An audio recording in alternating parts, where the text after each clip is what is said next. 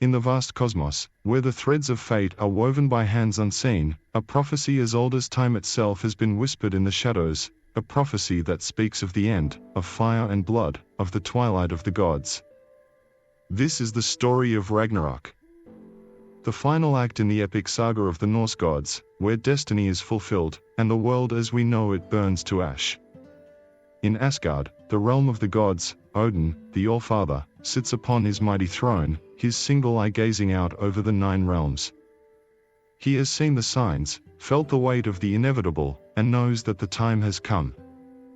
The Norns, the weavers of fate, have spun their threads, and the end is near. First, there comes the Fimbulwinter, a winter unlike any other.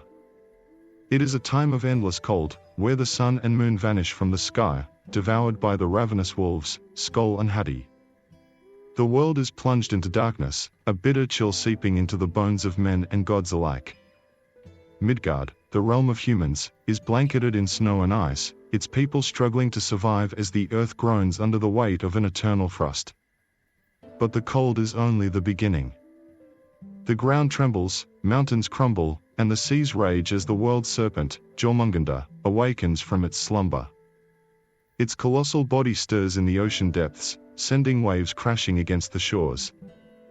The dead rise from the underworld, their eyes glowing with an eerie light, marching towards the battlefield where the fate of the world will be decided. In Asgard, the gods know that their time has come. Odin, the wise and all-knowing, calls forth the Aesir and the Einherjar, the chosen warriors who have trained in Valhalla for this very moment. The halls of Valhalla echo with the sound of preparation, the clash of steel, and the murmurs of resolve. Odin, clad in gleaming armor, his spear Gungnir in hand, addresses the gathered forces. His voice, though calm, carries the weight of finality. Thor, the mighty thunder god, stands beside him, Mjolnir, his legendary hammer, crackling with lightning. Freya, the god of fertility and peace, is ready to fight even without his sword. And Vidar, Odin's silent son, is prepared to fulfill his grim destiny. These are not just gods preparing for battle, they are warriors accepting their fate, knowing that this fight will be their last. And so, the end begins. The forces of chaos, led by Loki and his monstrous allies, march upon Asgard. The giants, massive and fearsome, advance with Surtur, the fire demon, leading the charge. In his hand, Surtur holds a sword that blazes with the fire to end all fires, a flame so intense that it will consume the world. The battle is fierce, the clash of titans echoing across the realms. Thor, the mighty protector of Midgard, meets Jormungandr in a battle for the ages. Lightning flashes as Mjolnir strikes, and the serpent's venom fills the air. With one final, thunderous blow, Thor slays the serpent, but the victory comes at a price. Jormungandr's poison takes Thor's life as well. Odin faces his doom at the jaws of Fenrir, the monstrous wolf. The struggle is brutal, but Fenrir's hunger cannot be sated.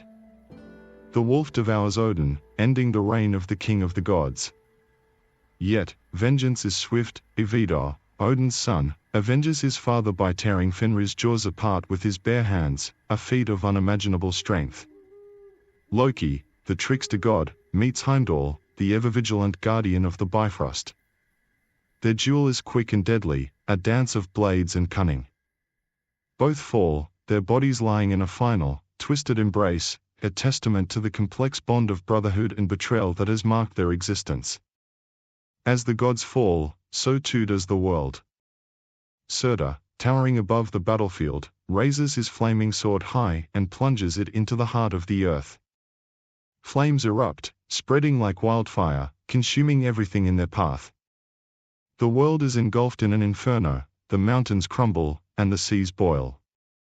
The very sky is set ablaze as the world burns to ash.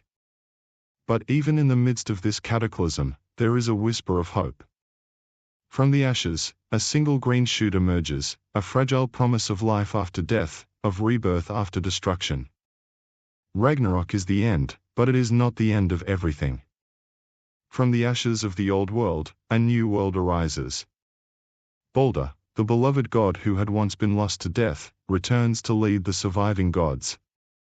Together, they rebuild, creating a world of peace and light, free from the strife and chaos of the past. Yggdrasil, the world tree, stands tall once more, its branches reaching towards the heavens, its roots deep in the earth.